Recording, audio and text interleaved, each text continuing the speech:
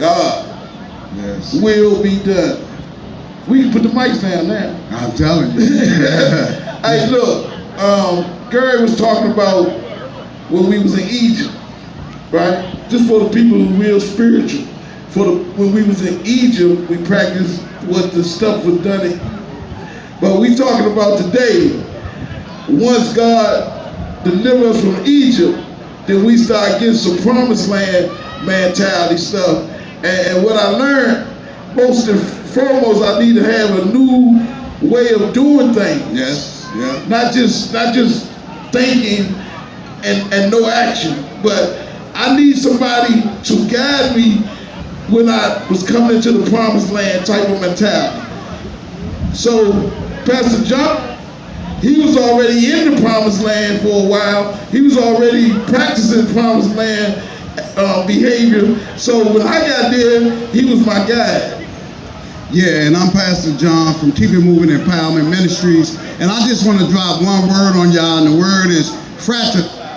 And what that means is brothers and sisters killing each other, and it's time for us to stop. I mean, that's the bottom line. And the way that we stop is what happened between me and Boo. And what happened between me and Boo is instead of me trying to kill him or take something from him, I tried to elevate him, educate him, and penetrate his heart and his mind to lead him to a better way of life. And that's how we live today.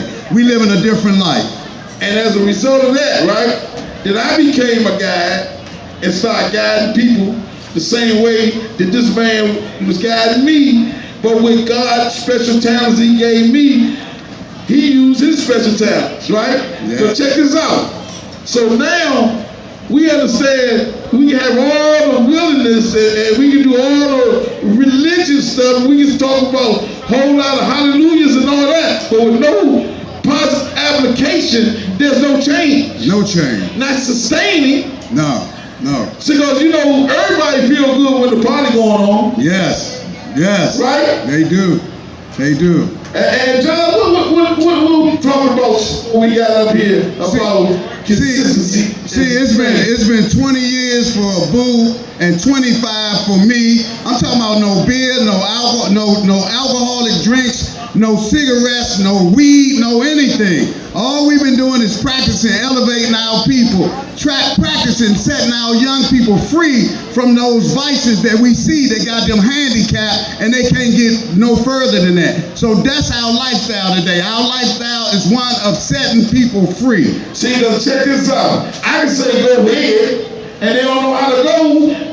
They just gonna go in any kind of way that they know. Because they say when you know better, you do what? Do better. You do better. You do better. That's it.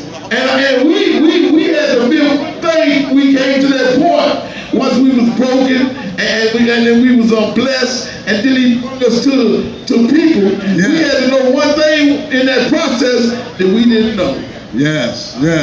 And that's where people before us came in. People who had the experience, people who lived a lifestyle of change, people who wasn't going back to prison, people who wasn't beating their wives no more, people who wasn't smoking cigarettes or drinking alcohol and weed. We had to get around people just like that so we could change. So birds of a feather, guess what they do? They flock together. Now check this out. Once God delivered us from Egypt, we went through the desert and all of the stuff that go with the desert lifestyle. And then guess what? When we was broken, and then we was ready for the master's hand. Not before. We had to be broken.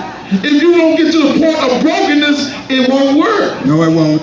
I say love more. All of us got to learn how to love each other, elevate each other, penetrate each other, and educate each other. Give each other a fighting chance, because I'm telling y'all, we dying from gun violence, we dying from fentanyl overdoses, and it's time for change. That's the bottom line. And we take it the same way we do with babies. We take it the same way we do with baby. A baby first got to crawl, and then we got to teach the baby how to walk, and then we still got to protect the baby from itself. That's right. So that's what we do. We don't just say, okay, we're going to give you a word of encouragement. We're going to tell you Christ loves you. Nah, we're going to show you the how-to. And then we're going to support you while you're going on a journey like somebody did for us. One of the best things I heard was about Harriet Tubman, whether it was true or not, but it said that Harriet Tubman on her dying bed, she said she would have set many more slaves free, but first she would have had to convince them that they were slaves. We don't believe we're in bondage, and we are in bondage, and it's time for us to be free. It's time for us to live the lifestyle that other people are living, other ethnic groups are living. Why are we scared to come out our house without getting shot? Why every time we turn on the news, one of our relatives died from fentanyl? Why? Because it's time for us to change. And I'm telling you, you need help, but if you don't know you need help, you won't let the doctor help you. This is the truth.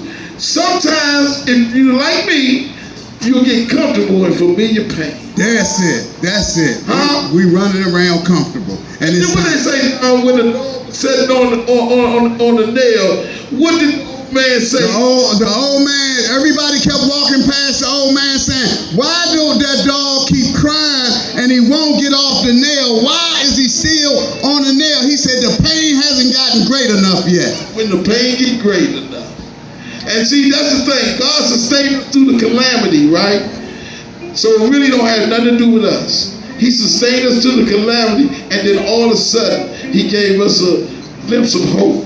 Yes. Just a glimpse of hope, right? And then at that time, they talk about when the student is ready, the teacher appear. That's only because the student had his eyes closed. So the teacher was always there. Yes. So when he opened his eyes to say, man, maybe I can, he was prepared to get That's the help. it. So we're in the streets. We do street ministry. Right up the street on Minnesota Avenue all the time, passing out Narcan, passing out literature, and more than anything, we spending time with our peoples. We ain't waiting for them to come to our building. We going to the streets where they at. And John does his thing, I do my thing, I do a podcast, and if you see me on the street, that's the stuff that only me and God know. So it's about a random acts of kindness. That's what drew me. Just random acts of kindness, y'all. And we gonna leave y'all with just the hope that it can be done. We're not powers of attraction. We're Action. we are examples of his power. That's it. We're examples of his power. That's right. So we love y'all and love more. That's what it's all about. We need to love each other and lift each other. Love and lift. Love and lift. Love and hell out of them. Yes, that's it. Thanks for letting us share this message of hope.